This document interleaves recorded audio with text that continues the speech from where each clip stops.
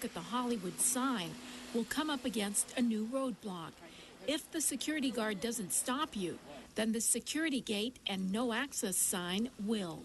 I'd seen the sign that says no access, but he said you can go up, you can walk, but we're just trying to discourage the traffic. People would go in and smoke and joke, drink beer, and kind of do bad things. Well, now there's a secure gate there. For the last 5 years, the internet and mobile apps only made the problem worse, crowding cars and visitors into the narrow streets of these neighborhoods. The new electronic security gate makes it more difficult for visitors because now they have to hike a longer way just to see the sign. Still, we didn't see much discouragement along the trail. We walked all the way up to the Hollywood sign, like right above it, and there was a fence so you can't really touch it or anything like that. And so worth it. The view was incredible, and it was definitely worth it. Are you sure you can hike all the way up to the sign? Yes. You're not going to get tired? No. Probably, but we'll keep on going. Do you think that gate will discourage more people? I think so, because I saw a lot of cars turning around. We did see a lot of this and this. Cars stopping, cars turning around. In other words, cars creating a traffic mess.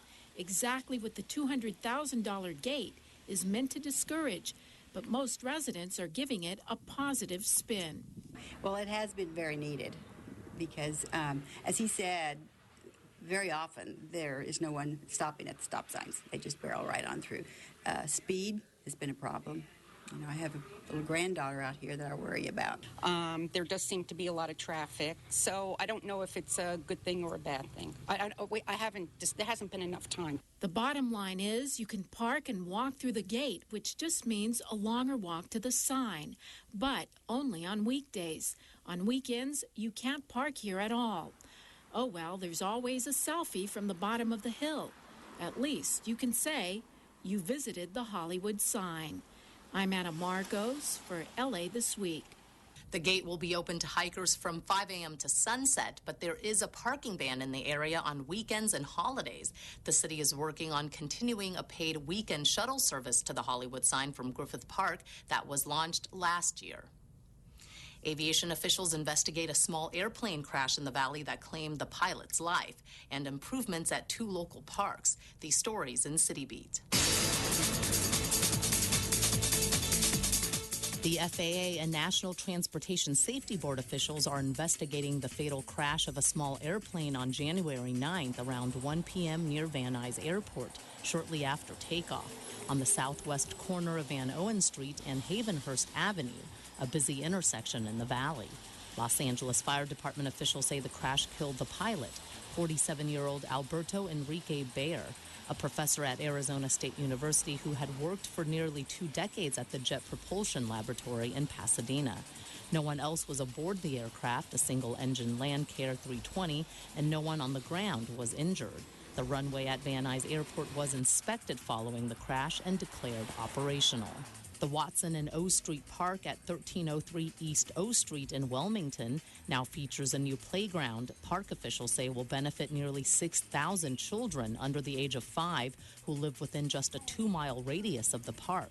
Park officials say the industrial nature of the area makes open space scarce, but that the new playground was made possible thanks to a grant from First 5 LA, along with additional funding from Rec and Parks and from Councilman Joe Buscaino's office. At-risk young adults who are part of the job training program at the LA Conservation Corps put in the labor to remove concrete and install the play equipment. The Department of Recreation and Parks also recently cut the ribbon at Ascot Hills Park on Multnomah Street to commemorate recent improvements to the park. Improvements at the approximately 100-acre park include a new shade structure and educational signage. These upgrades mark the completion of a 3rd phase of renovations made to the Ascot Hills Park in recent years. The improvements have been a collaborative effort between Rec and Parks, the Office of Council District 14, and the city's Bureau of Engineering. The oldest city fire station in the San Fernando Valley recently held a cookout and safety fair to celebrate 75 years of service. Gil Reyes was there. Thick smoke billowing from the valley, but no need for alarm. It's just burgers on the grill, a barbecue party to celebrate 75 years of service from the LA City Fire Department's Van Nuys Station. Retired firefighter Harry Grotti served here off and on for nearly 2 decades. I can't say enough about the job, first of all. This is the greatest job in the world. It was for me. And I met a number of very, very good people that I often think about every day. Grotti considers the 1971 Sylmar earthquake and response as perhaps his most memorable assignment here. But Fire Station 39's history goes back much further than that. The LAFD's oldest active fire station, and the first in the Valley, opened its doors in 1939. Even on its anniversary party, the firehouse serves the public by offering a crash course on disaster preparedness, packing these take-home safety checklists with tips like having working smoke alarms in your home, testing those smoke alarms once a month, and practicing fire escape plans with your family. Stay down, crawl up, 'cause that's one place where the smoke can't go. Stay down, crawl up. This puppet show reminds children to stay down and crawl out if caught in heavy smoke. Because smoke rises, cleaner, cooler air will be near the floor. Important tips for making it out safely, even while celebrating a milestone. At the Van Nuys Fire Station's 75th anniversary party, Gil Reyes for LA This Week. Despite objections from some residents, the LA City Council has approved plans to build an all-new Van Nuys fire station to replace the original one you just saw. In this week's list of things to do, snow days at the LA Zoo, Shen Yun, and putting your own spin on an existing museum exhibit. Seeing snow doesn't require a drive up to the mountains. The LA Zoo will be hosting snow days at the zoo on Saturday and Sunday, January 24th and 25th, from 10 a.m. to 4 p.m. The wintry fun features a rare opportunity to watch animals exploring snowy wonderlands in several habitats. Zoo visitors can also play on a special sledding hill, see elaborate ice carving demonstrations, and pose for photos in an inflatable snow globe. All activities are free with paid zoo admission. The LA Zoo and Botanical Gardens is located in Griffith Park at 5333 Zoo Drive. Go to lazoo.org for details. In the Skirball Cultural Center's last weekends of the month event for January, which falls on Saturday and Sunday the 24th and 25th, you can make your own contribution to the imaginative exhibition forest called For the Trees. Stroll through the magical forest made of yarn, then work to create your own flora and fauna out of yarn, thread, and felt to add to the installation. The museum's fun-filled Saturdays and Sundays feature special last weekend-only performances and activities that change every month. Drop in any time during regular museum hours. The last entry is at 4:30 p.m. Last weekends of the month events are included with museum admission. Go to skirball.org. You've probably seen ads for this everywhere, Shen Yun. So why not catch the show at the Dolby Theater at 6801 Hollywood Boulevard in Hollywood on Saturday, January 24th from 2 to 4:30 p.m. You can describe it as Cirque du Soleil with an ancient Chinese twist. Shen Yun takes you on an extraordinary journey to the lost land of the ancient Middle Kingdom, where audiences experience classical Chinese dance, the sound of an orchestra that combines East and West, and stunning animated backdrops and exquisite costumes. Go to shenyun.com/LA for other dates and times during the show's Southern California tour. And that's a look at some upcoming things to do. Volunteers have pulled up their sleeves to breathe life into one of San Pedro's most iconic tourist attractions. Yana Kay reports. David Weir is an airline pilot, but today he's volunteering his time on the ground to help clean and restore the famed Battleship Iowa in San Pedro. It's remarkable to be on the ship and, in some small way at least, participate in beautifying it for other people to be able to see it. David is one of about 275 volunteers from Tourism Cares, a nonprofit organization for tourism and travel professionals that works with the tourism industry to restore and preserve American icons and tourist destinations like the USS Iowa for future generations. They're really getting a ton of good work done. Crews have been working hard cleaning walls, putting in lights, stripping and buffing floors, and painting. As you can see, I paint all over me. The CEO of Tourism Cares says the goal is to encourage travel professionals and others to give back and build communities in up-and-coming neighborhoods. We want to go somewhere where our volunteering can make a big difference, our resources can make a big difference, and our voice and our influence can also make a big difference. And thanks to some TLC from these volunteers, officials hope the USS Iowa will continue to stand tall and proud. I'm Yana Kay for LA This Week. The LA waterfront in San Pedro welcomes more than 1.5 million visitors each year. That's going to do it for this edition. Thanks for joining us. I'm Ellen Chang. A reminder that you can catch us online at lacityview.org. You can also follow and like us on Facebook. We're also on Twitter as LATW35. We'll see you back here next week for more of LA This Week.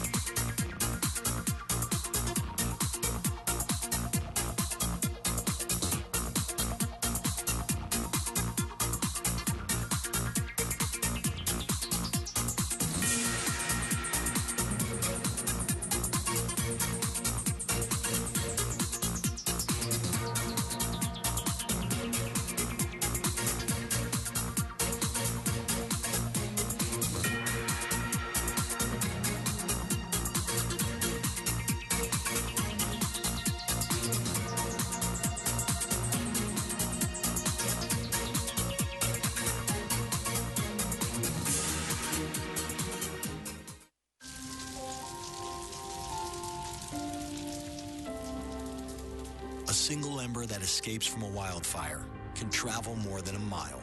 You can't control where that ember will land, only what happens when it does.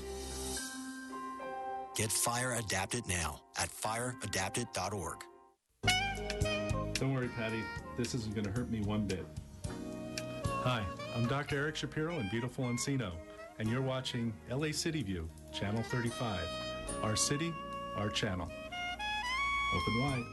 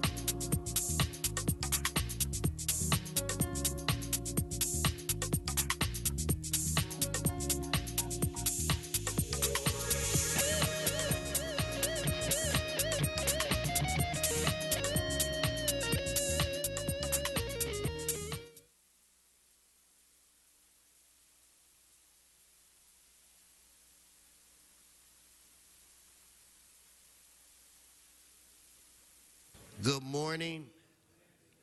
Good morning. Today is Tuesday, January 20th, and I'd like to welcome you to your Los Angeles City Council. This council meets every Tuesday and Wednesday and Friday at 10 a.m. The public is welcome. Now, Madam Clerk, we do not have a quorum as of yet, but we can begin today's presentation portion of our agenda. With that said, I'd like to defer to the great council person from the 11th District, Mr. Mike Bonin. Thank you, Mr. President. Good morning, colleagues. I am here today with some great student athletes from the 11th District. I'm standing here today with members of the faculty and members of the community from Pacific Palisades and a lot of student athletes to honor and acknowledge not one, not two, not three, but 4 different championship teams from Palisades Charter High School. Come on, let's give them a round of applause. That's one heck of an accomplishment. The girls cross country team, the girls volleyball team, the girls tennis team, and the boys water polo teams. I want to underscore that again. 3 of those teams were the girls' teams.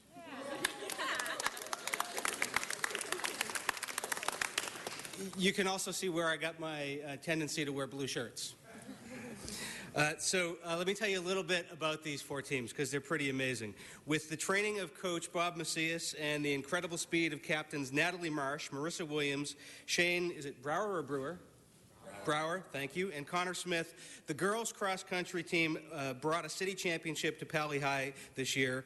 In an incredible feat, this was also Marissa Williams' 3rd city cross-country title with a course record of 16:33:11. Where is Marissa? Is she here? Okay. Girls volleyball coach Carlos Gray did a remarkable job with his team, led by senior captains Tyler Richards, Phelan McDonough, and Dominique Jeffords. They led the league with an 11-0 record and 27-11 overall. Kudos to you guys. You guys got a fan back there, I guess. The Palisades High's girls tennis team went undefeated in a league record and had an overall record of 15-2. They were led by Coach Sean, is it Payson? Payson, thank you. Along with the leaderships of captains Izzy Gutterson, Lizzie Bellicani, and Maddie Prinz. Thank you for the assist. Lizzie and Maddie led the team with an outstanding 6-0 record themselves. And last but not least, the men's water polo team, led by Coach Adam Blakus and Captain Griffith Kaufman, they had an 8-1 league record with an impressive 16-5 record overall. The top goal scorer for the year was Zachary Senator, who had 74 goals. Is Zachary here? Nice job, man. So, in the interest of time, I'm giving each team a certificate. Each of you will get an individual certificate to honor you for your achievements a little bit later. First of all, the girls cross-country team. Who's accepting on their behalf? Right here. Go. The girls volleyball team. All right.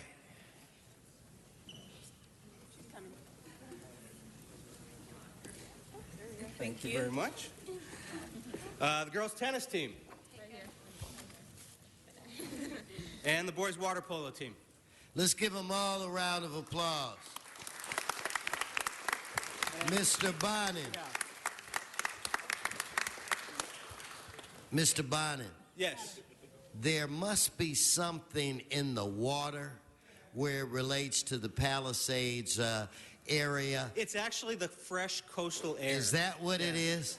Anyway, years ago, I coached Pop Warner at the Palisades, and we won a national championship. So I think it's with all of the young people in the area, their dedication. I want to thank all of the young ladies and just say this about the water polo team. People look, and it looks so graceful and beautiful. That's one of the toughest sports on the planet because the cameras don't show you what is going on beneath the water. So I want to compliment all of you. That's a pretty good record to come in here with so many champions.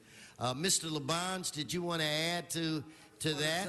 And Michael, it's great to see Title IX and women's sports. Yes, it is. At my high school, Devin Scott played basketball on a boys' team, forfeited the game, and they had an emergency meeting next day, and they developed an Atlantic AAU. This is in 1970-71. What high school did you go to, Mr. LaBonge? John Marshall High School. We did play Palisades, and we were very anxious to get out there because we thought we could beat those West Siders. We lost 35-0. It was terrible. But I just wanted to say, too, I'm sure some of you have been to a public park at a public pool and got some training. And I remember how I learned to swim at Griffith Park Pool. And so I just think all these champions found their way from great coaching, but also from the motivation and your parents getting you up early in the morning to get to the dive class or whatever. And water polo, I think, is tougher than National Football League in a sense, except for the hard contact that they do. But it's such a great athletes, all of you in the cross country. It's great. We'll see you in 2024, but not in LA, hopefully in Boston. Thank you. Let's give him one more round of applause. Mr. Bonin, the floor is yours. All right. Hi, I'm just here overall to say thank you so much, Councilor Bonin, for giving us the opportunity to just appreciate all our teams, for all our great accomplishments, and we have a couple things here for you, and thank you so much for giving us this great experience. Thank you. And they're blue, so I'll definitely be wearing them. All right, we're going to go back and take some photos. Okay, cool. All right. Thank you, colleagues. Congratulations. Congratulations, Mr. Bonin. Thank you. And the next group you honor, we're going to make them give you a tie. Okay? Okay, Madam Clerk, we do have a quorum. Could you please call the roll? Blumenfeld, Bonin, Buscaino, Cedillo, Englander, Fuentes, Huizar, Caress, Krakoy, LaBonge, Martinez, O'Farrell, Parks, Price, Wesson. 10 members present, a quorum, Mr. President. Okay, first order of business. Approval of the minutes. O'Farrell moves, Price seconds. Next. Committed to resolutions for approval. Mr. Huizar moves, Mr. Blumenfield seconds. That brings us where? Mr. President, today is Tuesday, and now would be the time for the flag salute. Okay, if we could all rise, we'll be led in the flag salute by Mr. Jose Huizar. Everyone, please stand. In the chambers, please stand. Thank you. Please your hand on your heart. I pledge allegiance to the flag of the United States of America and to the republic for which it stands, one nation, under God, indivisible, with liberty and justice for all. There goes your flag salute. Thank you, Mr. Huizar. Let's run through the agenda. Item 1 is an item notice for public hearing. There's cards on that item. Okay, we'll hold that. That brings us where? To items 2 through 16? Yes, items 2 through 16 are items for which public hearings have been held. A revised committee report has been circulated for item 16, and the revised report makes a correction to recommendation number 2 to state that to authorize the steering committee staff. Okay. Members, 2 through 16 specials. I do not see any. Let us prepare to vote. Madam Clerk, please open the roll. Close the roll. Tabulate the vote. 11 ayes. Okay. That brings us where, Madam Clerk? Items 17 through 23 are items for which public hearings have not been held. 10 votes required for consideration. Okay, so without objection, those items are now before this body. Do we have cards? Yes, cards on items 17, 18, 20, 22, and 23. Okay, Mr. Parks? 17 special till we get an answer from the city. Okay, we do have 17, right? It's held for cards. Okay, we still have what that left that we can vote on? Items 19 and 21. Well, let's do that. All right, on those items, let us open the roll, close the roll, tabulate the vote. 11 ayes. Okay, that passed. Let's move forward to the supplemental agenda. On the supplemental agenda, items 24 and 25 are items for which public hearings have not been held. 10 votes required for consideration. Okay, so without objection, those items before this body. Do you have cards? Yes, cards on both items. Okay, now that brings us where? On the second supplemental agenda, item 26 is an item for which a public hearing has not been held. 10 votes required for consideration. Okay, so without objection, that item is now before us as well. And there are cards on that item. Okay. Mr. O'Farrell, it's my understanding you have a brief announcement. I do indeed, Mr. President. Thank you. It is always good to recognize someone who has given nearly 29 years of service or any level of service for that long period of time to the city of Los Angeles, and that kind of commitment in their career to make the city better. And this individual that we're honoring today, Mr. Jim R. Hammontree Jr., has been with the Department of Recreation and Parks and several parks across the district over the years. James started in 1986 as a gardener with the Department of Recreation and Parks. He rapidly advanced through the ranks of the department, promoting to the positions of senior gardener in 1988, park maintenance supervisor in 1989, and senior park maintenance supervisor in 2001.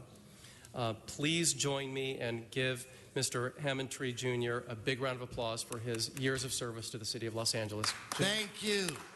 It's so good to see you. You know, I just want to say, Mr. O'Farrell, that this young man has done a lot for the parks in my area in particular. And I think we just had a grand opening, and I signed a program, so we're going to miss you. Plus, he is very good at what he does. Let's give it up one more time. Round of applause for almost 30-year city employee. Thank you. Well done. Again, thank you for all your service. Let's go, members, to item 18, called Special by Cards. Mr. Walsh, item 18.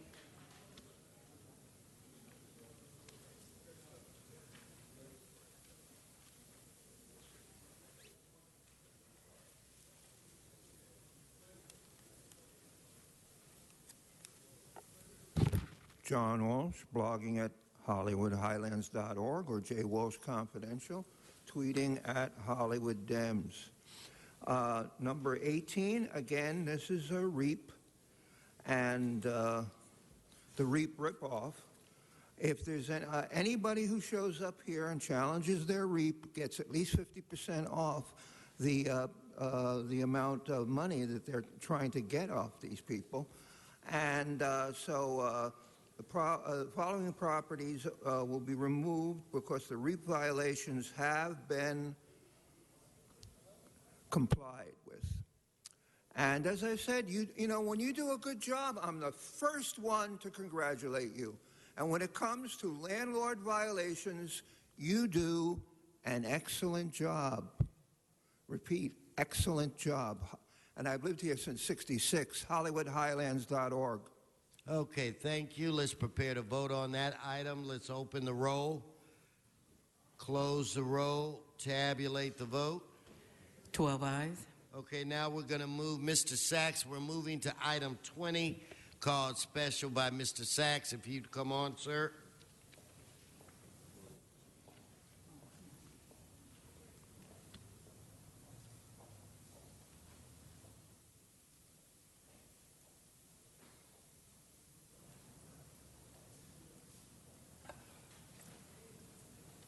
Yes, thank you. Good morning, Arnold Sachs. And a couple things.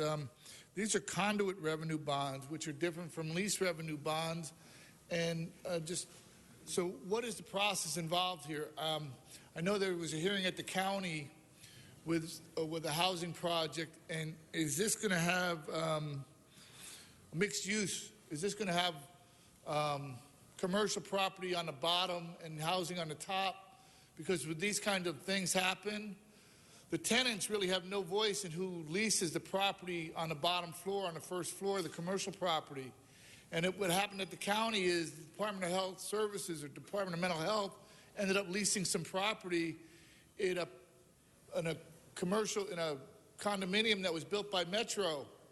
And the people paid top dollar for their property, and they complained because there was no notice that mental health was bringing people in for mental health services, and it was degrading the property.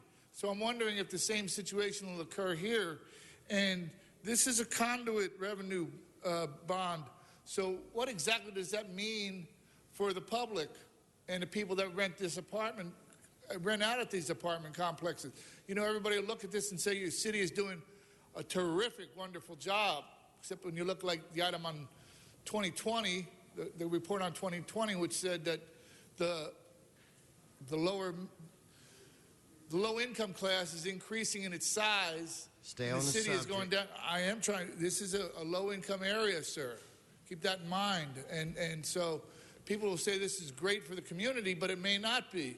People should have the opportunity to get up and address who's going to be actually moving in on if there's commercialization of the first floor of this building, who'll be moving in, and the notices that'll be given out. And people should have an opportunity to address that, because otherwise it'll just degrade the property. Thank you, Mr. Sachs. Let's prepare to vote on this item. Members, or Madam Clerk, open the roll, close the roll, tabulate the vote. 12 ayes. Okay, we're going to take up item 23. Mr. Walsh, item 23.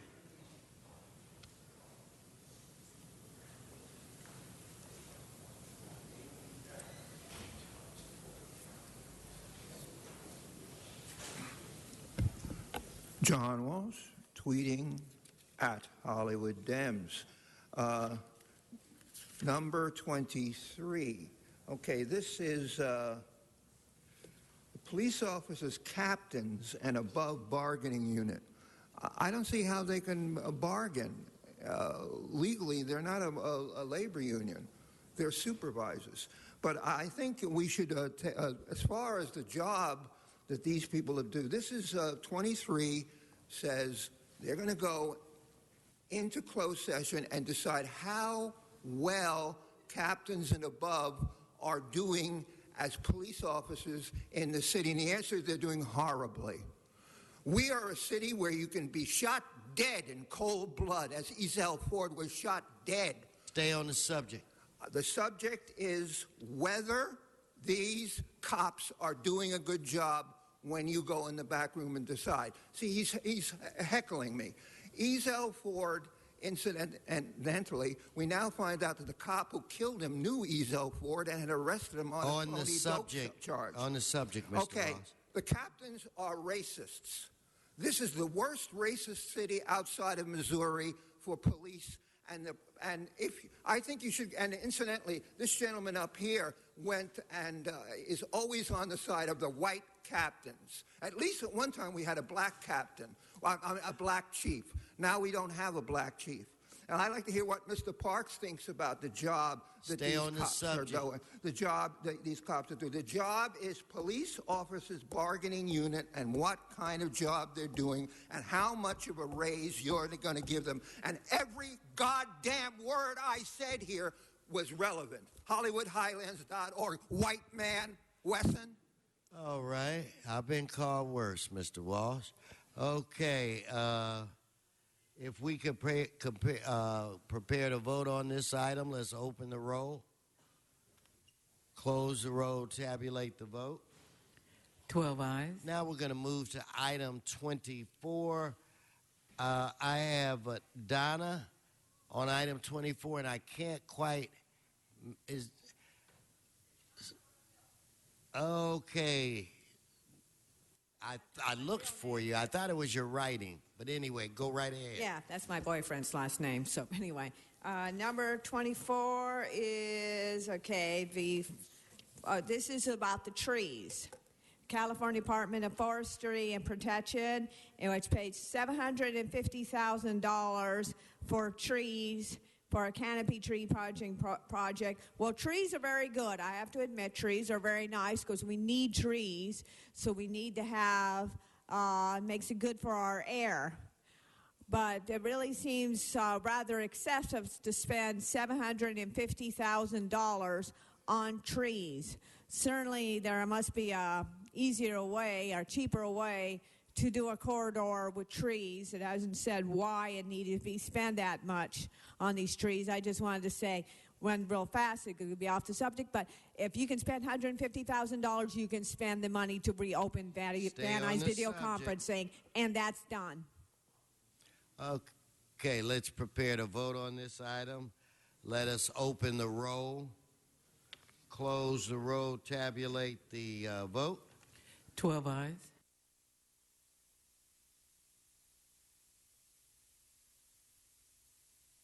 Okay, we're going to go to item 25. Mr. Walsh, you have a card on item 25.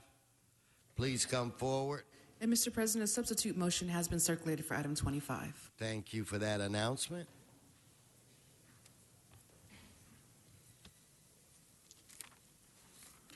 Item John Walsh, blogging at HollywoodHighlands.org.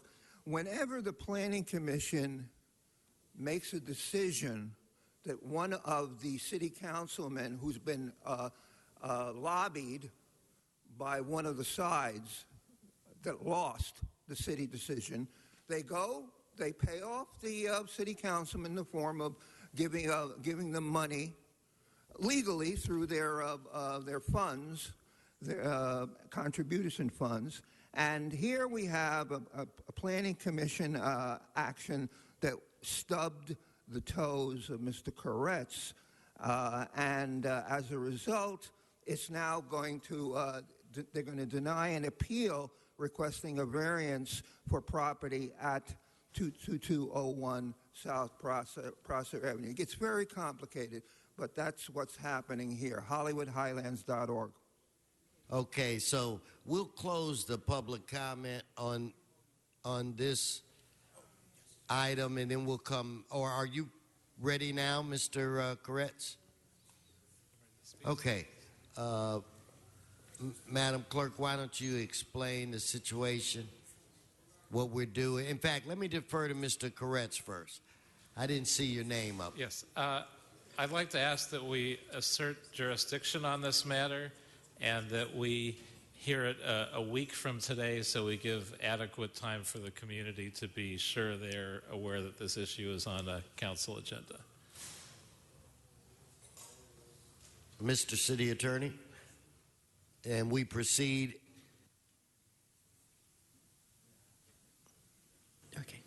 Okay, so Madam Clerk. Mr. President, first, council should vote on whether to substitute. Let's vote on substitution. Let's open the roll, close the roll, tabulate the vote. 12 ayes. Can we continue it or what? Tell me. So, and then the next step should be to amend the substitute so that the matter, the jurisdiction is asserted and that the matter regarding whether to veto be continued 1 week. Okay, so we will vote on that. Let's open the roll, close the roll, tabulate the vote. 12 ayes. Now we can just continue it for 1 week. That will take us where, Madam Clerk? What date? To January 27th. All right. So let's move on to the next item. And remember, I did say on that item the public hearing was closed. Item 26, Donna and Mr. Sachs on item 26. If you'd come forward, please. Item 26.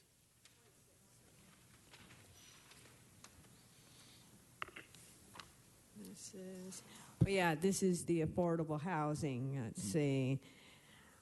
I think we are doing too much with affordable housing. We're getting at spots where we just, this wants to eliminate the $15 million funding cap for locally. $15 million, and that's not enough for this affordable housing. This is getting to be ridiculous where we're just allowing maybe too many people that are going these too big houses to go and getting these affordable housing, making our city go completely bankrupt. We got to have simply $15 million seems like should be enough. I don't see why we need to raise that cap. And since I don't have anything else to say, I'm going to just say If you have that much money, you can reopen Van Nuys video conferencing. Thank you. You're Thank off you. subject. Thank you. Mr. Sachs, please come forward.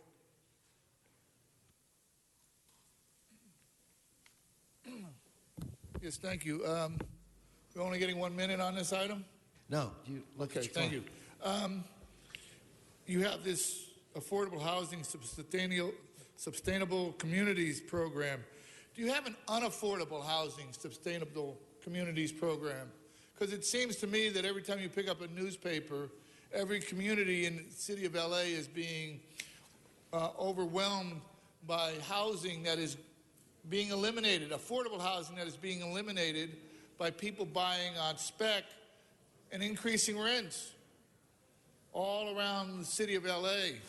And $15 million, that's quite a drop. You know, a few years ago when there was redevelopment and the state talked about how they were going to eliminate redevelopment, I believe it was Anthony Villaraigosa he was the mayor. He mentioned $900 million in redevelopment funds that the city would lose. $900 million in redevelopment funds, which should be able to be used for affordable housing. Now it's $15 million for affordable housing. That's quite, if you could lose weight like that, you'd be a blimp down to a rail. So where did the $885 million go to that Anthony was talking about? Anthony, do you hear? $885 million in redevelopment funds. That would have been used for affordable housing, disappeared. And I don't know why, you know, one of the items on your agenda refers to the 2020 report. Stay on this The subject. 2020 report addressed the lack of affordable housing in the city of LA. So what will $15 million, $15 million will get you $1 million in each district, and I believe Mr. Cedillo spent $1 million to clean the streets and alleys in his district. $1 million to save 15. Thank Don't cut me you. off early. Mr. Fuentes. Thank you, Mr. President. I actually rise for this very, very important measure. You'll see that our colleague, Mr. Cedillo, isn't here today. He is testifying today before the Strategic Growth Council in Sacramento. This measure, what it does here is the cap and trade revenues that come back as a result of AB 32 are monies that are intended to do a lot of different things. Amongst them, they're also intended to make sure that we provide for affordable housing in the state of California. The bad news is that the proposed guidelines would limit each municipality or locality to a maximum of $15 million per application. Now, the city of Los Angeles constitutes about 26% of the need in the state. So when you do the math, we should, on an annual basis, be getting closer to $50 million if we were supposed to look at it on a straight per capita base. And so as a result, Mr. Cedillo is advocating for the city of Los Angeles. The cart is a little bit before the horse here, colleagues, because the way it should work is we should take a position as a council, and then it should be communicated by the mayor. But because of the holidays and for a lot of other reasons, we're sort of doing things concurrently. So I strongly ask that we support this measure and make sure that we get our fair share, since we're contributing just as much in Sacramento. Ask for an aye vote. Thank you, sir. Let's prepare, Madam Clerk, to vote on this item. Let's open the roll, close the roll, tabulate the vote. 12 ayes. Okay, so forthwith on that item. Super forthwith. It's got to happen since he's there now. Urgent forthwith. Transmitted immediately. Yeah, because, yeah. Okay, we'll take a quick vote on the urgent. Mr. Labange? Urgent forthwith. Okay, this is for the urgent forthwith. Let's open the roll, close the roll, tabulate the vote. 12 Mr. ayes. Labange. Yeah, I just want to request the CLA, and I see Karen's here. Could you give us numbers of housing units by council district, city-wide? I think it would be very helpful to know the numbers, how many housing units are in each district. Thank you. Thank you. We're going to now move to item 1. I have cards. Mr. Sachs. I'm sorry, Mr. Walsh. Ms. Sanchez, I believe it is, and there's an address on Broadway. I think it's Jovin. I cannot pronounce the last name. So why don't we just start off? Mr. Walsh, you started off. Item 1. John Walsh, blogging at HollywoodHighlands.org. I referred to this earlier. These are so-called code violations and the amount of money, the liens placed on the property. And as anybody who watches this show knows, that whenever anybody comes up here and challenges a lien, it turns out the lien is false, and either the lien is dropped or the lien is slashed. So I see that one property owner is getting up, and I congratulate that property owner because you probably saved yourself several $1,000s. One of these liens is for $27,000. The liens are not accurate and they're not fair. HollywoodHighlands.org. Thank you.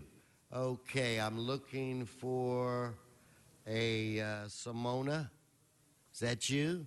Sanchez, and I believe Jovin or Joe.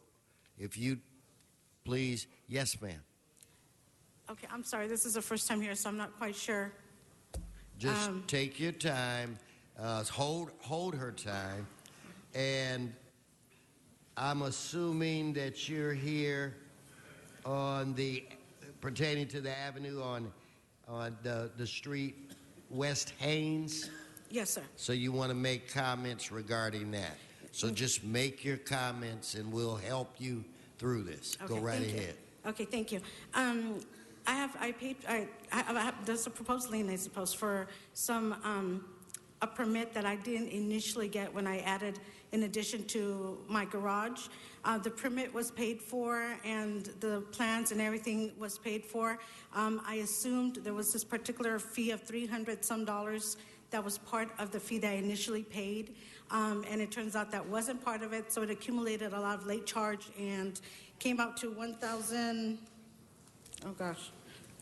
some dollars, $1,628 with 30 cents that accumulated in late charge, and it was a big sum that I do not have the money to pay for right now. I am living in the property. I don't know if there's anything we could do to reduce that fine. I'd greatly appreciate it.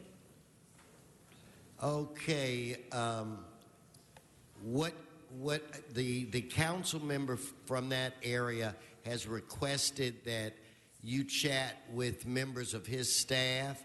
He's also asked that we continue this for 2 weeks, and hopefully if you go over to the side ropes where I'm pointing, you'll speak with the young man that's raising his hand, and hopefully we can work this out. See it? Okay. All right, thank and you. it's going to be continued for 2 weeks. No action will occur today. What, Madam Clerk, what day will that be? February 3rd. So it will be continued until February 3rd. If you could please go to the ropes. Okay, thank you. So that item's continued. Yes, sir. My name is Jovin Laktawan, 10925 South Broadway. I just want to request a continuation for this property because I did not receive any paperwork. I just received it not too long ago, and I just want to request a continuation so I could deal with it with the building and safety. Okay, give me a moment, sir, and I'll try to get some kind of...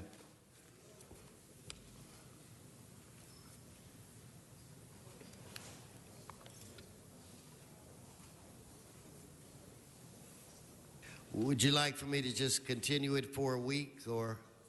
I'd like to have it for 2 weeks, please.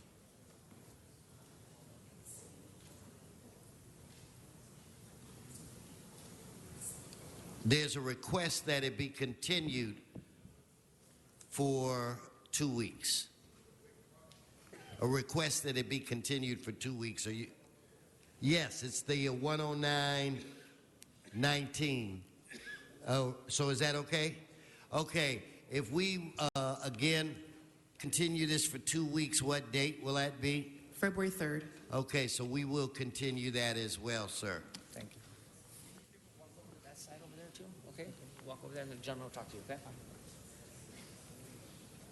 Okay, members, we'll now vote on the remaining items. Let's open the roll, close the roll, tabulate the vote.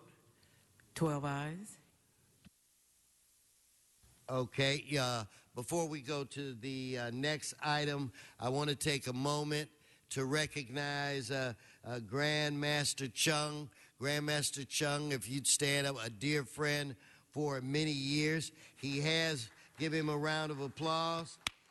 He does have visiting with us today young Jim Kim, a former member of Korea's National Assembly, which is our equivalent of the folk that we have in Congress. Welcome to the great city of Los Angeles. Let's give them both a round of applause. Good to see you, Grandmaster. Now we're going to move to item 22.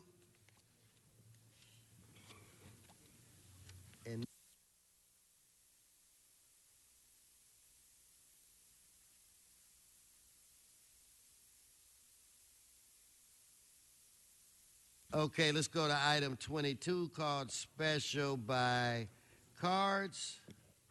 Mr. Labange, if I could impose upon you. I think we have a Raquel Beard. Donna, is this a Belair Beston? If you'd please come forward.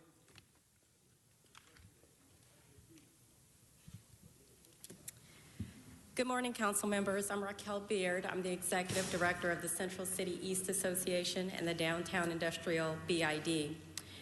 We represent 450 property owners and 1,200 businesses. We have nearly 24 low-income residential housing projects and the city's best-known shelter care providers. Our stakeholders long for the day where they can walk on the sidewalks in our neighborhood instead of walking in the street because our sidewalks have completely vanished. I brought photos of the massive amounts of property that completely block entire sidewalks in the industrial district. The district is worsening by the day. The city's funding of Operation Healthy Streets is no match for 2,000 people living on the sidewalks. People who are hoarding property that goes far beyond personal possessions. We have couches, chairs, tables, mattresses, piles of soiled rags, and rotting food.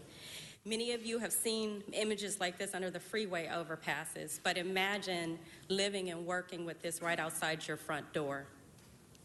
Right now, we call the city, but the response can take days, if not weeks. Everywhere I go in this building, I'm told that the Lavon injunction limits your ability to address this problem. Council members, the first responsibility of government is to provide public safety. You have to find a way. You must find a way. We're begging you to find a way. It is your responsibility to protect our community against threats to public health and public safety. CCEA supports Councilmember Bonin's motion to seek a solution, and I thank you for your time. Thank you very much. Raquel Beard. Thank you, Raquel. Thank you very much.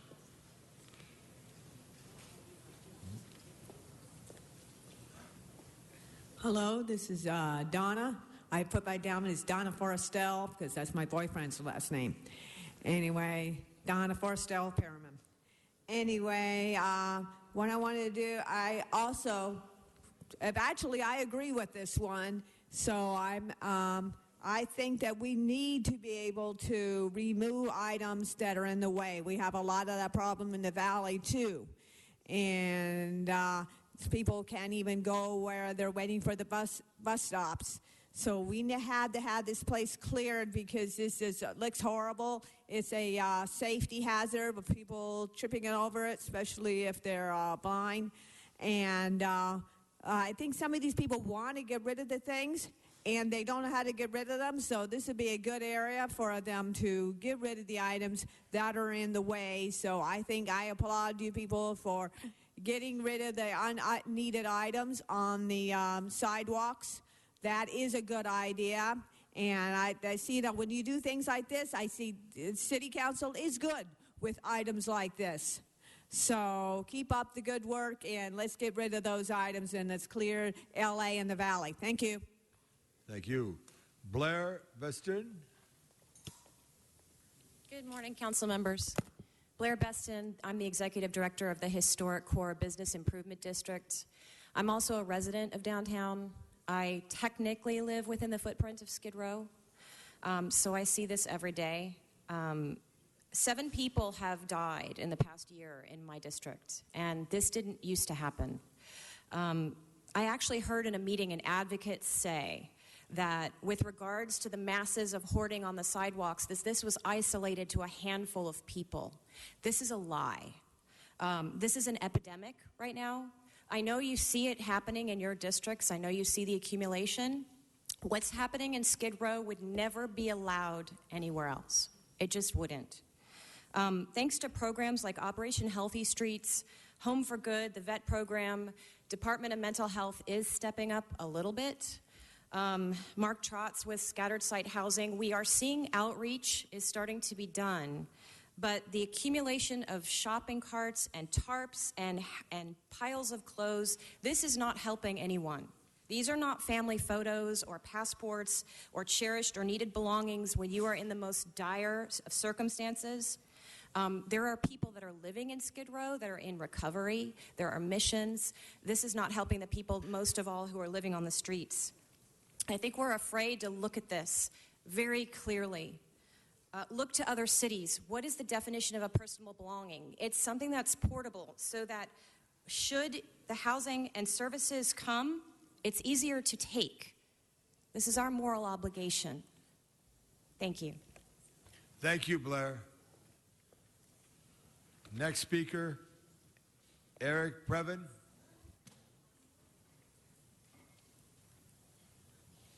Is Eric Previn here?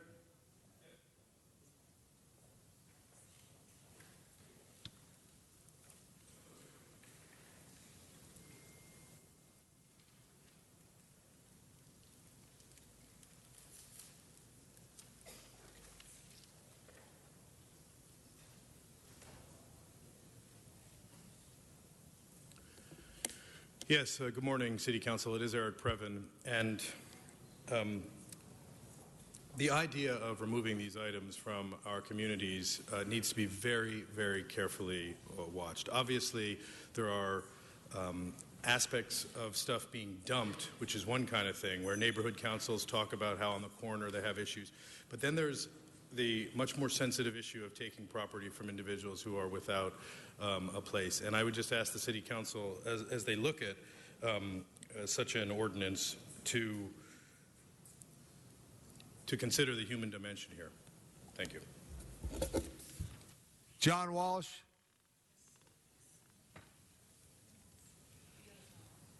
John, they tell me you're out of time. I apologize. Arnold Sachs. Arnie, you got 1 minute. Do you have any bulky items in Redondo Beach? Yeah, City Council. Thank you. This is actually coming back to bite you in the ass time.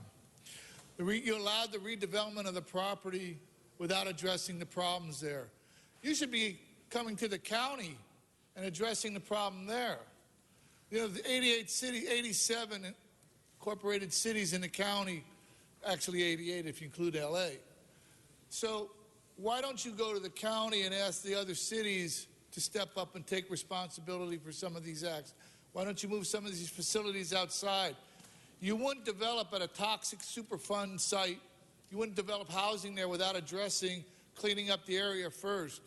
But here, the city got so greedy to allow the redevelopment without addressing the problem. Now it's coming back to bite you in the ass, and you don't have a plan for it. So it's good. But the other part of this, the financial impact and the operational and maintenance for this project, who's going to pay for the removal, and how is that going to be discussed? All right, thank you very much. Is any city staff here? Any city staff here on this issue? Mr. Bonin? Thank you, Mr. President. Colleagues, this is a very complicated issue, as we all know, but today's action is actually a very simple one. We've had a series of discussions in closed session over the past several months about the Lavon decision and the way it makes it very, very difficult for us to care for and protect the quality of life in our neighborhoods. You saw some photos of debris, bulky items that have been left on our sidewalks in Skid Row. I need to take stark exception to one of the comments from one of the speakers who said this would be impossible or would not be allowed anywhere but Skid Row, because it happens in many other places. It happens significantly in residential neighborhoods in Venice, as bad as some of the blocks I've seen on Skid Row. And it's because the way we have tried to implement the restrictions of the Lavon decision has been slow and cumbersome and very, very complicated. As a result, we are in violation of the Americans with Disabilities Act. We have sidewalks where people cannot pass on foot, let alone by wheelchair. And there's a better way to do it. The City Attorney's Office is confident that they can come up with a more careful version of 5611 that complies with the provisions of Lavon, but also lets us take care of our neighborhoods and protect quality of life and clean them up. So today is just a very simple action, actually asking the City Attorney to draft that ordinance and come back, at which point I'm sure we will have a thorough discussion. I appreciate an aye vote. Thank you. Thank you, Mr. Bonner, for your leadership on that. And since you mentioned Venice, I'll mention Hollywood and Vermont, traffic island, and all the extra challenges that goes to that for people to pass through the area. I want our city attorneys to probably look at some of those as they write that ordinances. Thank you. No other speakers on the queue. Let's open the roll, close the roll, tabulate the vote. 12 ayes. 12 ayes. Forthwith to the City Attorney's Office. Thank you very much. Next item is item 17, I think. Item 17, calls special invite cards and Mr. Parks. Mr. Parks? I got my answer from the City Attorney's Office, and certainly this ordinance can go forward, but I'd like to add a motion that we currently have an ordinance dealing with the same issue on cigarettes or tobacco products under 1999 ordinance under 45.20, and it was requested that it be updated under Council File 11-1429, and I just have a motion that we ask the City Attorney to upgrade that 1999 ordinance to include e-cigarettes and products beyond just leafy tobacco, so that we have the same ordinance for city property or city-controlled property for alcohol and tobacco products. So, Madam Clerk, could you explain that? Because I see some eyes of some council members. Exactly what want to add to that?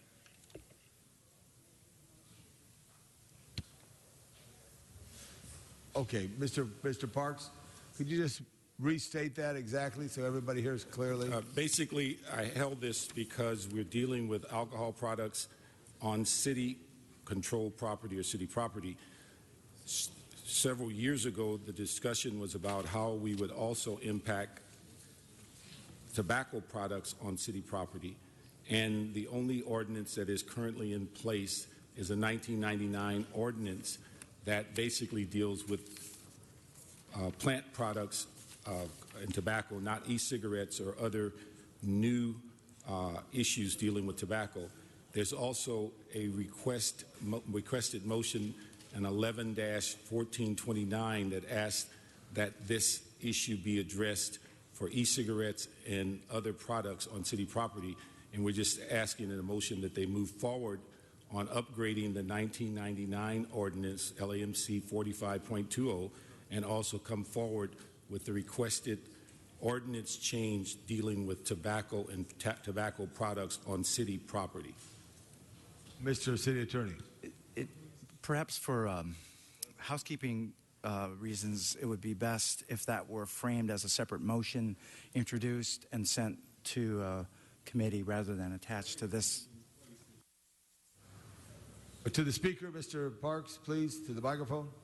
No, I said there's already a motion in place that the council approved back on with 11-1429. It has not been acted on, and their current ordinance dealing with tobacco products in the city is a 1999 ordinance that has not been upgraded to include e-cigarettes or any other tobacco products other than the leafy product of tobacco.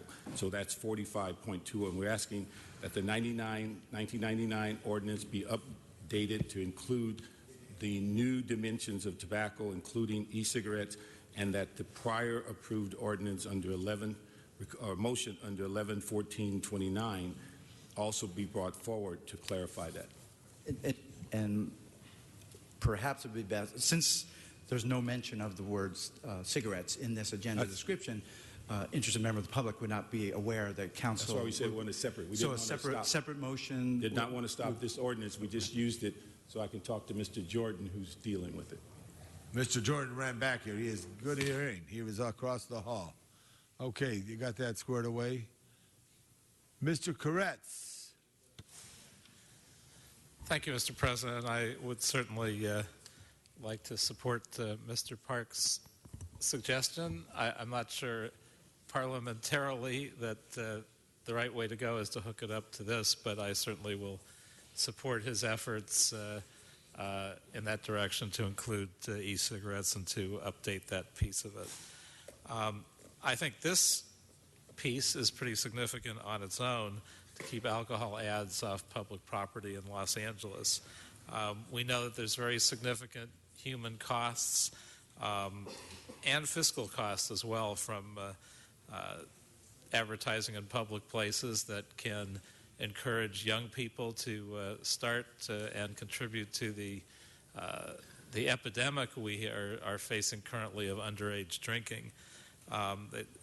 These problems tear apart lives and families and communities, but they also cost us plenty in the pocketbook. Dr. Ernest Noble, director of the UCLA Alcohol Research Center, has studied this and stated that underage drinking cost the citizens of California $6.8 billion.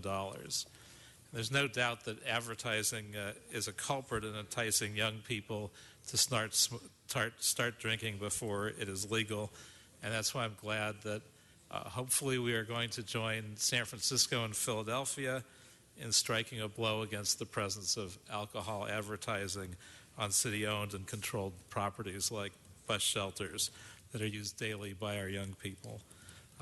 So in doing so, we're saying, yes, we can do our part to help eliminate underage drinking, and so I will ask for an aye vote.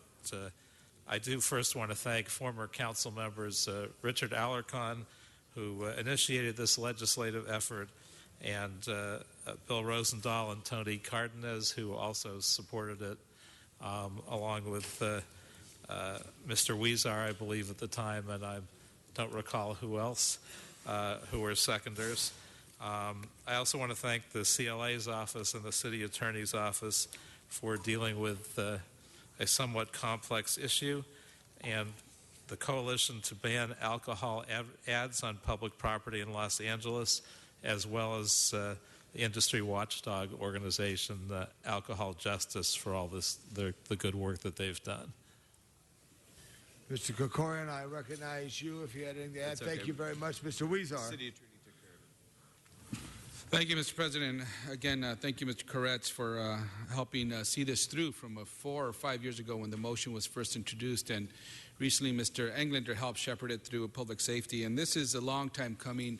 It is something that the city of Los Angeles should be proud of. We're proud that we're finally do this, but we're also at the tail end of what other large cities have done. They understood the importance of not advertising to our young people on drinking, and particularly when it's in public spaces. If it's city-owned property and we have advertisements for alcohol, it does send a different message to our young people. We are encouraging something that at their young age, they have a lot to understand about responsible drinking. So this is a good thing for the city of LA, and particularly for low-income communities, where we have had a disproportionate number of advertising for, whether it was when cigarettes were a lot more advertised or now for alcohol. We want our low-income kids, all our kids in the city, to have positive messages in their communities. Encouraging them to drink alcohol is not a positive message for them. Thank you again to all the advocates. We would not be here today without your support. Thank you. Thank you, Mr. Weezer. We do have public comment here, And I have Miss Margot Bennett, is that correct? Miss Bennett?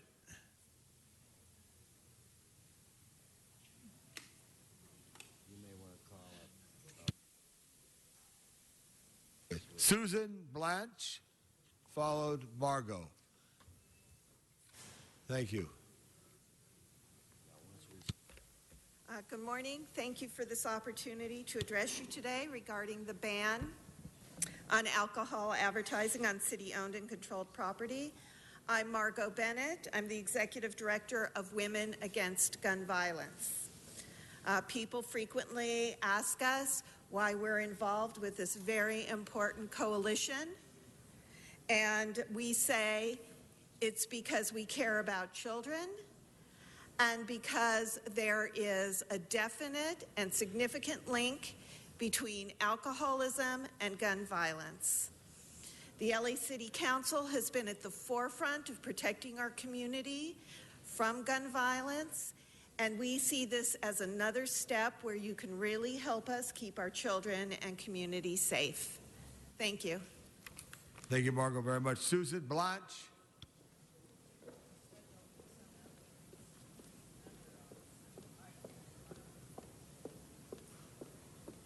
Good morning, council members. My name is Susan Blonner. I believe there was a mistake on the card. I'm the director of Saving Lives Drug and Alcohol Coalition. We are funded by the White House to reduce youth drug and alcohol use. I'm here this morning in support of this ordinance. The main thing that we are looking at is reducing youth access to alcohol, and by them not seeing ads that are in front of them, that will be very much helpful in helping to reduce youth alcohol use. Thank you very much for your support. Terry Marquez.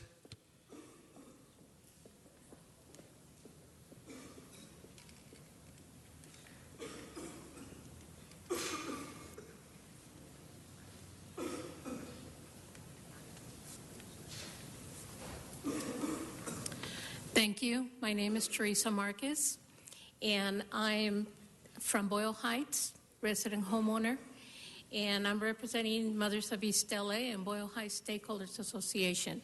I want to thank you so very much because this is a win-win situation if we get that approved. In Boyle Heights, a low-income community, we have many liquor licenses. We have gone from 2010 208 to 194 in 2014, but 72 or 37% of those liquor licenses have violations to selling to underage or promoting liquor to underage. And I want to thank you to please approve this. Thank you very much. Carol Lee.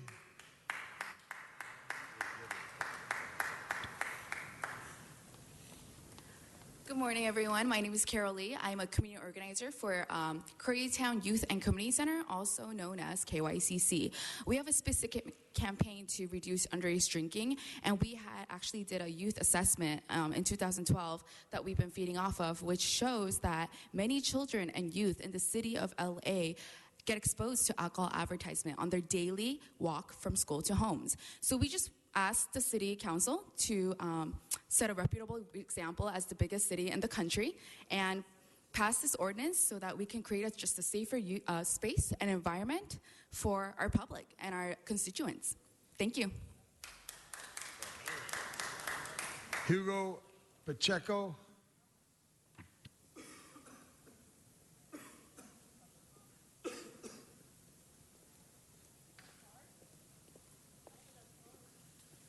Usually when I come up here, I complain about something you guys are doing wrong. Today, I'm happy because I think that, like myself, I worked for the industry for a long time, but I also God's blessed me, and I'll say that in this hall, and it doesn't matter to me.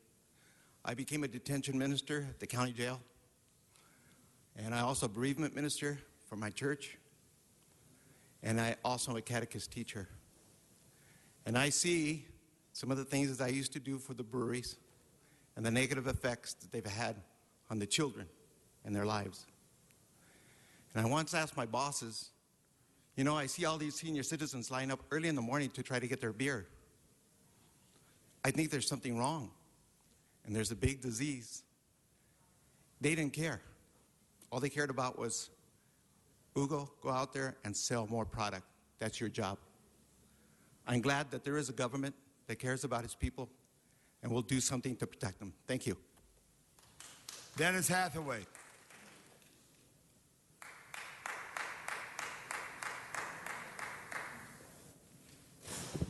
Good morning, Councilman. My name is Dennis Hathaway. I'm president of the Coalition to Ban Billboard Blight. I think that this ordinance is really a recognition that billboards, street furniture signs, other kinds of advertising have content, as obvious as that might seem, and that content can be harmful. Alcohol in particular, but also fast food, displays of gun violence, other things. Excuse me. And I hope that I want to thank you for voting for this ordinance. And I hope that you will all keep in mind there are going to be other things coming up before this council. Sign district at LAX, a possible proposal to allow new digital billboards on public property. I hope that you will keep this in mind and think seriously about not allowing alcohol advertising on any public property anywhere, not just on the street furniture. Thank you. George Castillo.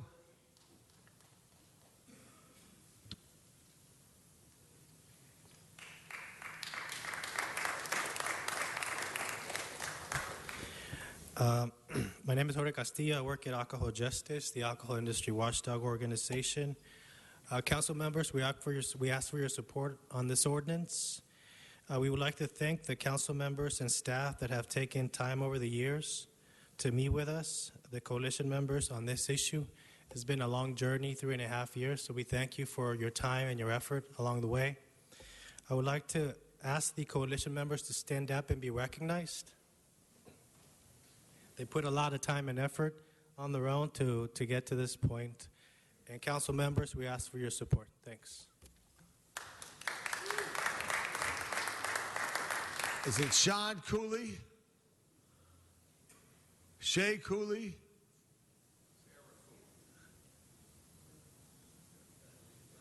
Thank you very much, Sergeant. Eric Previn.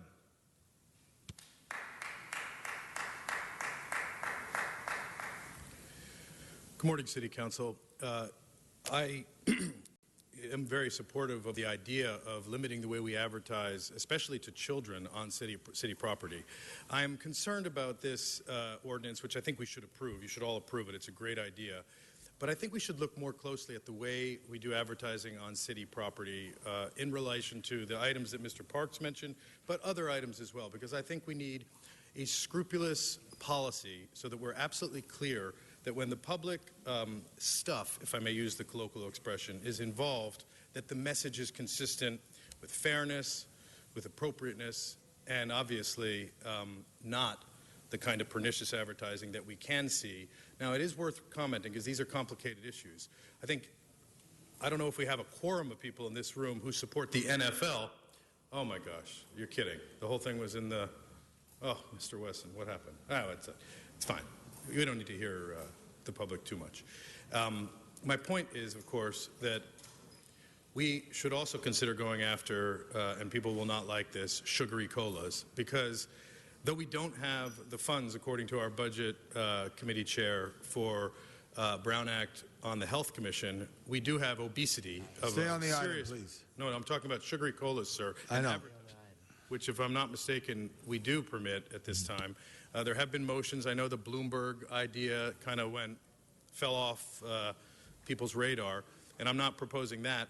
But I am proposing taking a leading step forward in protecting the way we advertise on city property. It's important, and I would ask that this board ask that they go off and come back with other recommendations. Thank you.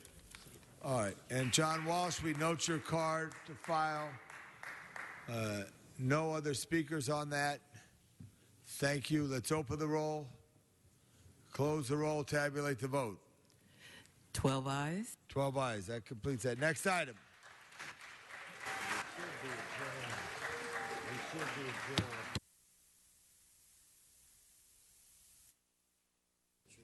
Mr. President, that brings council to general public comment.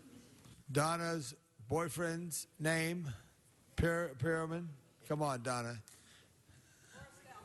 Forcell. Okay, Congratulations. Thank you, but I'm not actually married, but I committed it as much. Anyway, our cops are great. I want to applaud our finest, and I don't feel that the racist title is proper for our cops.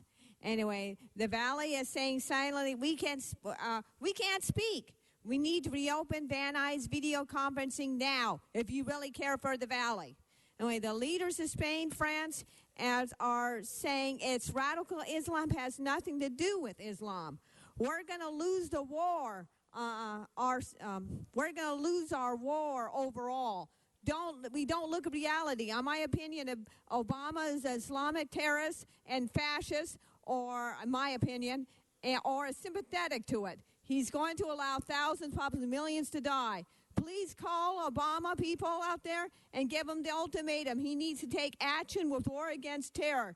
If he doesn't, he needs to resign. If Biden doesn't, he's got to go. Next speaker will be Curtis Andrews. Curtis Andrews.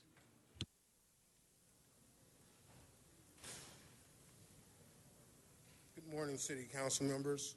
I'm here to address the council regarding police impound garages. There's incidents where the police garages are impounding vehicles, and the staff people are taking personal property out of vehicles when they're being redeemed by the registered owners. And I'd like to ask the City Council what type of whistleblower can be done about this type of behavior with city impound garages. Thank you. Thank you, sir.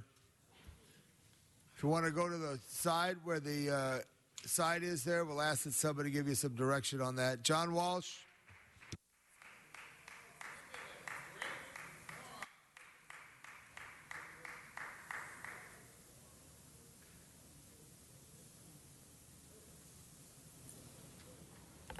John Walsh at HollywoodHighlands.org. Congratulations. LA Times exposed that the cop who murdered Ezell Ford, shot him down in cold blood, knew him personally and had arrested him on a phony dope charge, marijuana charge, a couple of years earlier.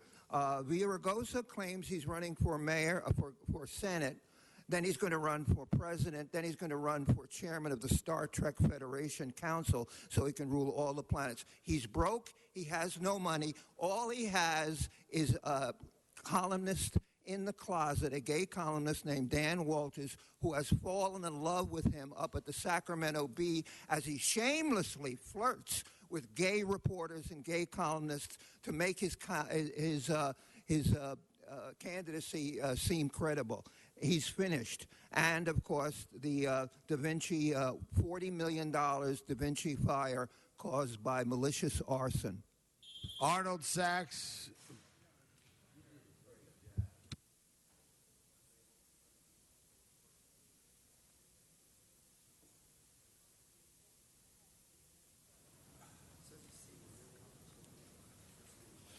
Yes, thank you. Good morning, Arnold Sachs. Just a couple things.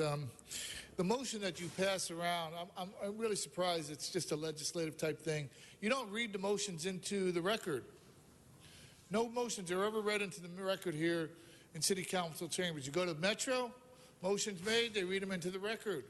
You go to the Board of Supervisors, you go to any City Council meeting, they read the motions into the record. Why hasn't that happened, Mr. City Attorney? Can you explain that for the public's request? I guess not. I didn't make a motion. But what was also interesting today was there was an item, a gentleman got up about here that he had paid for a permit, and it went on and on and on. I remember reading a story about Supervisor Ridley Thomas having some work done on his home without a permit. And he got to get the permit after the fact, wasn't fined, didn't have to pay anything. I guess it's who you know and what you know. Unfortunately, he knows nothing, but he was a city councilman. Maybe that's where he learned it. Eric Previn.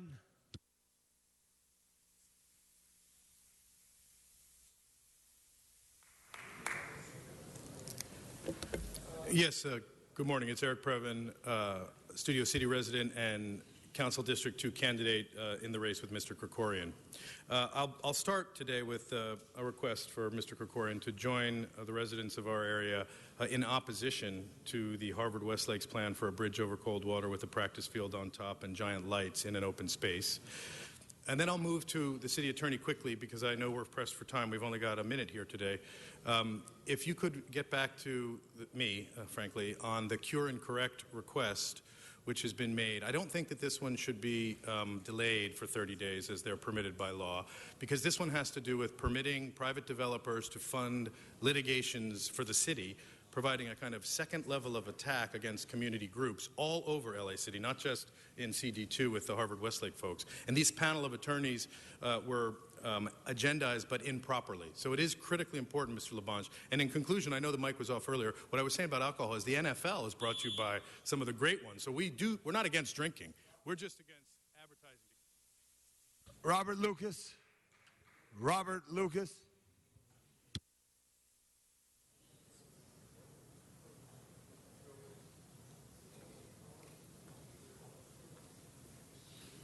Good morning, everybody. You know, when we get up here and throw out hot topic issues and things we've been struggling with for decades, in fact, all my life, to draw a reaction, I just try and figure out what kind of responsible concern is that.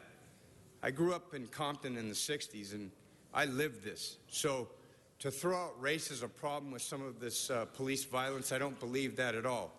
It's a training issue. Because if you look at some of the backgrounds of evaluations of some of these officers, chances are they were in the military. This is a PTSD issue, and I know this personally. Sometimes it can get by a psychologist and a psychiatrist because you have to have experience in this field, live experience, in order to trigger it. My concern is that the people training these aren't looking closely enough. This isn't a race issue. This isn't a black and white issue. This is a training issue and awareness. Please, let's not start this all over again. It's about responsible concern, people. Mr. Herman.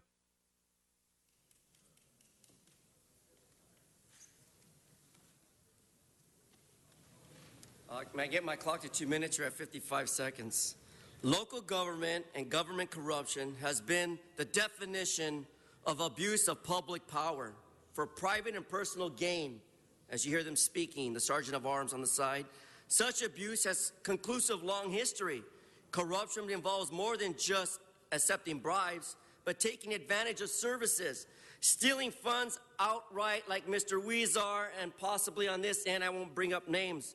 But the high courts have ruled, the U.S. Supreme Courts have ruled, and issued an opinion that said that the government should not refrain those of us as speakers from censorship by prohibiting speaking and denying us 2 minutes of our public time under general public comment. They may also use their positions to gain favors and unfairly use public funds. Ain't that a damn shame?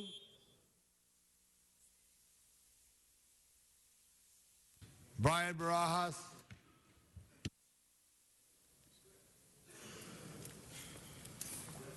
Our organization, if anybody's keeping account of what we're doing, has been in the driver's seat, so to speak, of the exposure of terror network, particularly with the secrecy that Obama and Bush have enacted, which now Congressman Walter Jones and others are exposing with HRES 14.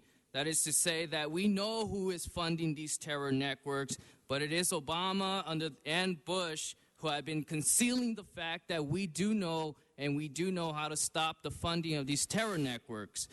The other fact is that our drive towards exploding the sort of like how do you create a revolution, but a type where there's no violence? And our organization is the drivers on that. John, I want to pronounce it correctly, John, so help me. Coluccio? Coluccio. Yes, sir. Thank you. Thank you. Good morning.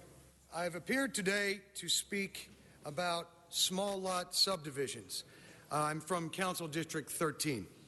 Of course, City Council is very familiar with this issue, beginning with Councilmember Labange's brilliant 2013 motion to fix the small lot subdivision business model and the approval procedures, followed by a unanimous vote by this City Council to approve that motion in July 2014.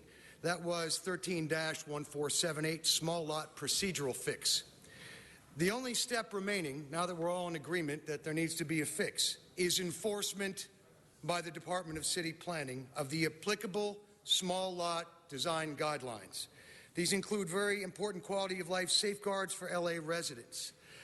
We ask Councilmember O'Farrell in particular, and to hear growing concerns of CD13 residents over this issue, and as City Council to help enact enforcement. Thank you. That completes public comment at this time. Madam Clerk, next item. Mr. President, there's a request to reconsider item 1A and then continue that matter for 2 weeks. So let's, do we open the roll on that? Yes, vote on reconsideration. Open the roll for consideration, reconsideration. Close the roll. All right, now on the reconsideration, let's hold it for 2 weeks. Yes, request to continue it to February 3rd. Without objection. Also, Mr. President, there is a request to reconsider item 1D from Friday, January 16th. That's Council File number 14-100160-S424, and that item is a lien for the property at 1149 South High Point Street. All right, a vote for the reconsideration. Open the roll. Close the roll.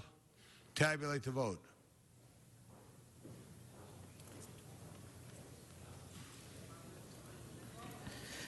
Ayes. Thank you. And the request is to continue that item to January 27th. So ordered. Without objection.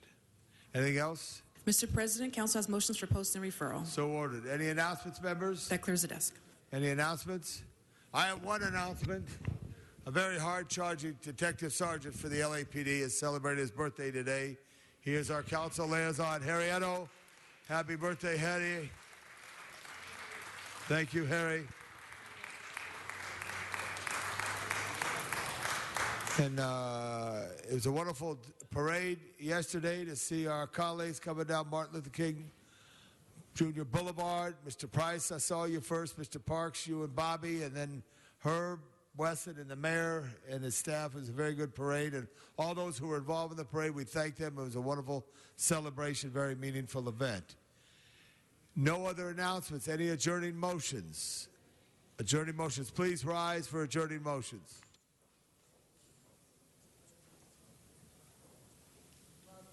Mr. Fuentes.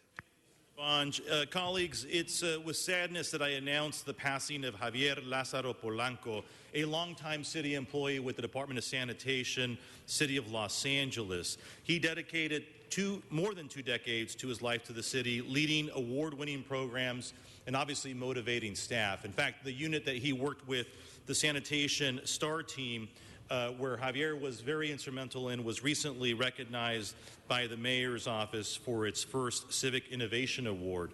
Javier was born on May 23, 1965 in Seville, Spain, on a United States naval base.